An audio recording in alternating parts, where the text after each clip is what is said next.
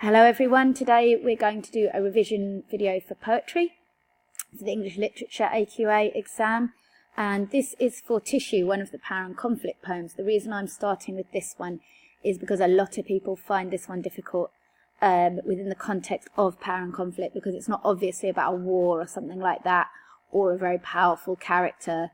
It's more down the line of, for example, London, where they're talking about big ideas. It's quite conceptual.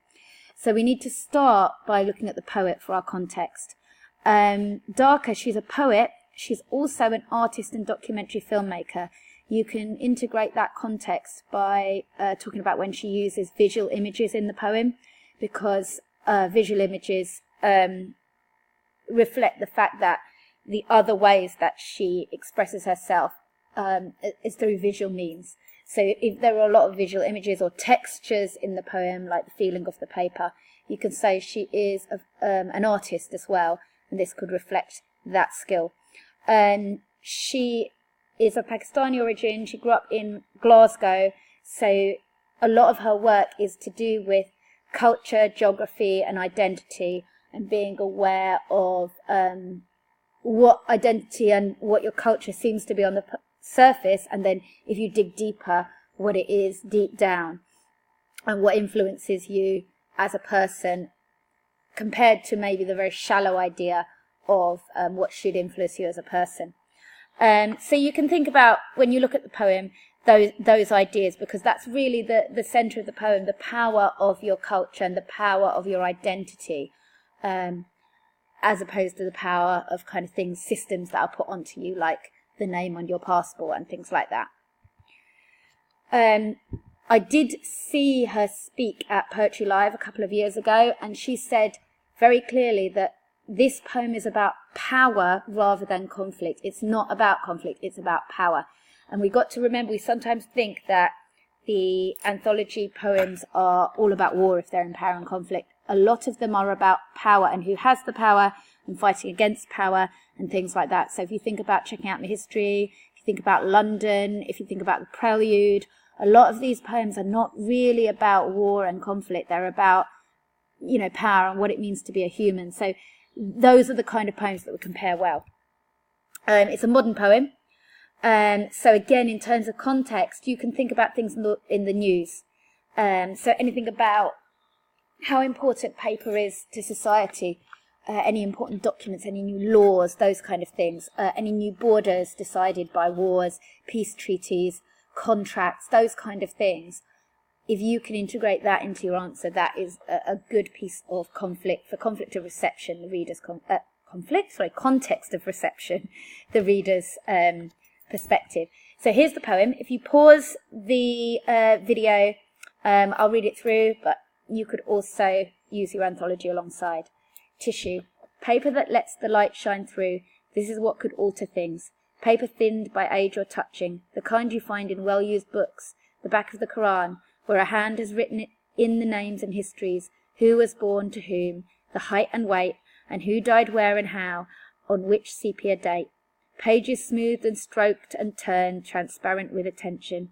If buildings were paper, I might feel their drift, see how easily they fall away on a sigh, shift in the direction of the wind.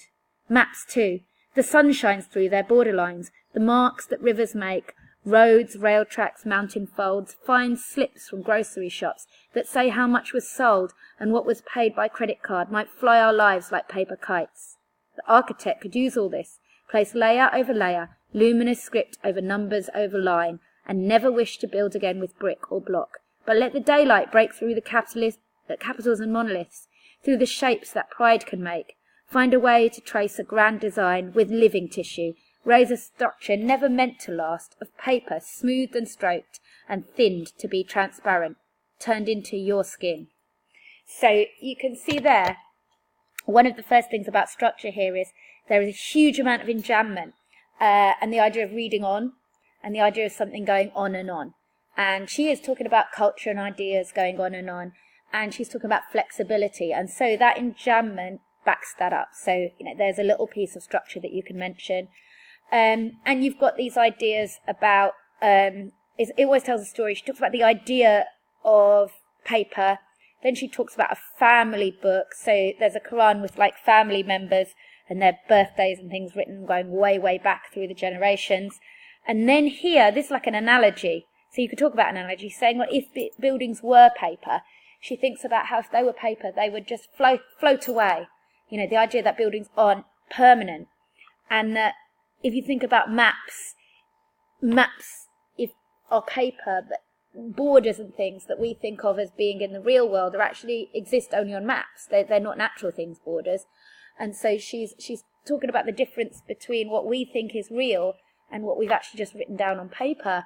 And this kind of thing about receipts and credit cards and things. And she's saying they fly our lives like paper kites. So little bits of paper are always in our lives. And to some extent, they help our lives fly, which is positive, or they can fly out of control, or, you know, we're held by them on a string. There are lots of different interpretations of that simile. And then you've got here again another little kind of an analogy of an architect using the paper to actually physically build the building, which ties in with her idea as the context of her being an artist. And again, the idea that you wouldn't want to build again with brick. But she points out that it's never meant to last. So whatever you build is never meant to last. She doesn't just mean the paper buildings. She means all of this kind of stuff, you know, grand designs. She's, you know, capitals and monoliths. Monoliths would be a nice contrast with Ozymandias. And then, again, she talks about paper that's been used and used and it gets so thin. And then she says, turned into your skin. So then you go back to look at the idea of paper and your skin.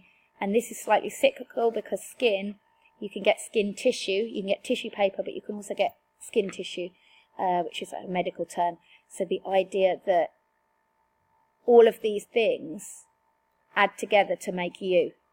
So we're just going to have a quick look at those ideas because they're pretty big ideas. They can seem a bit daunting, but there are some simple ways to talk about them. So here are some statements that you could use to frame your thinking about this poem. The first thing is that she talks about buildings that can fall and change and be destroyed easily if fashions change, if ideas change, if there's a war or anything like that.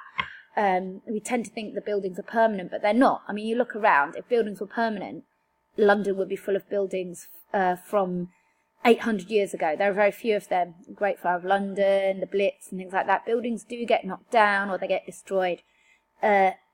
Just like Ozymandias, because they don't get destroyed in our lifetime doesn't mean they're permanent. And so buildings, in a way, they seem permanent, but they're not. They're like paper. As the world changes, they can fall, they can blow away so easily. And really, they are as fragile as paper in the grand scheme of things.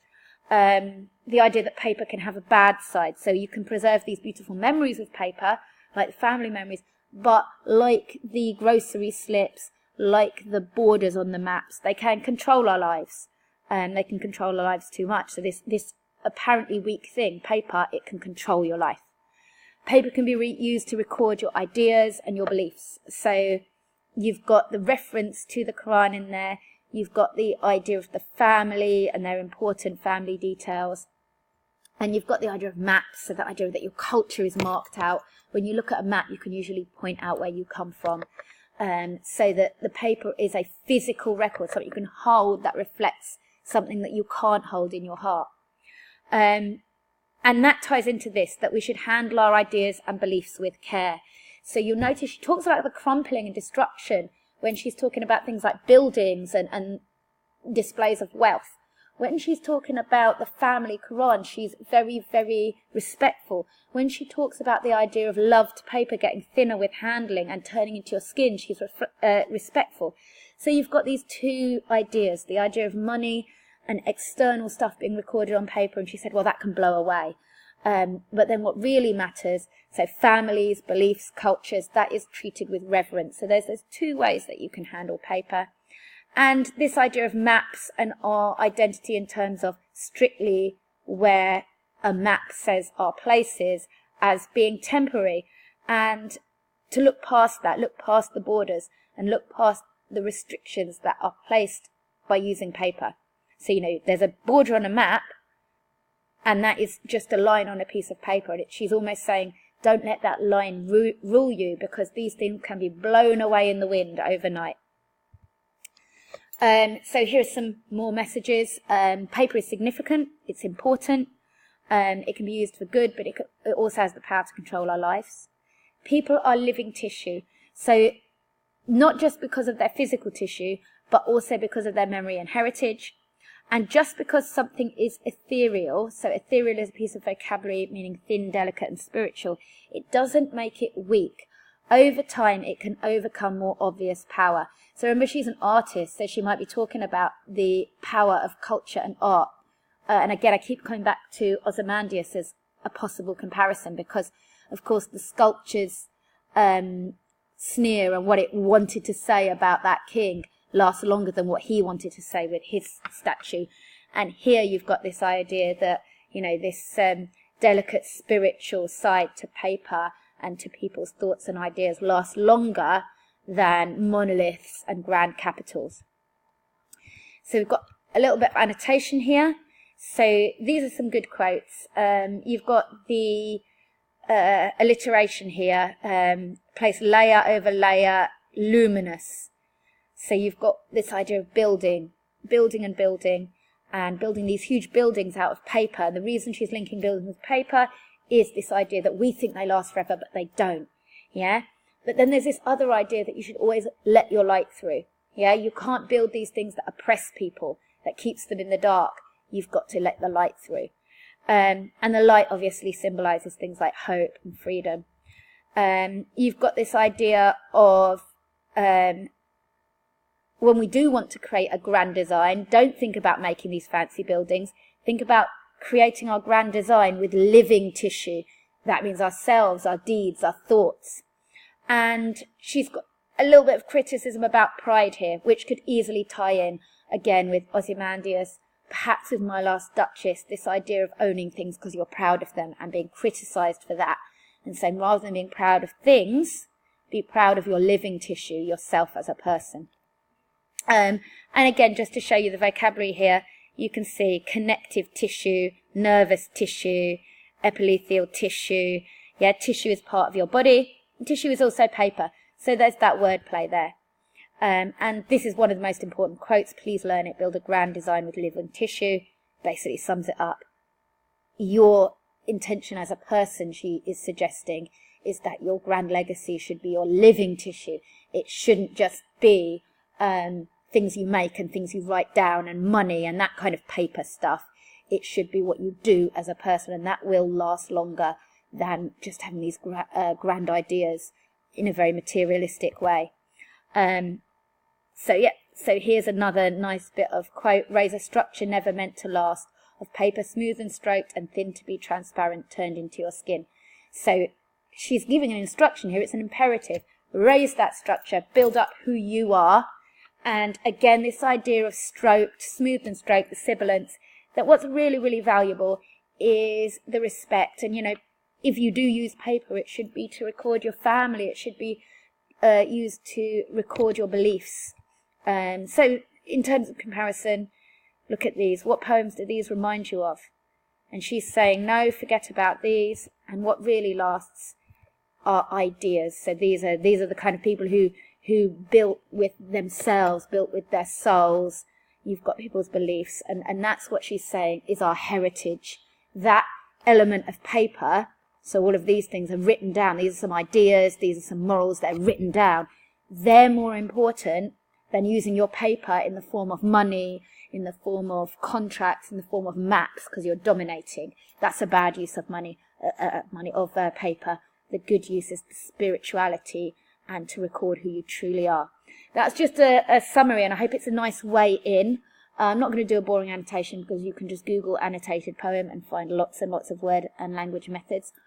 Please do let me know what other poems you would like a way into, or if you would like any other poetry information, and good luck with your revision and your mock Year 11.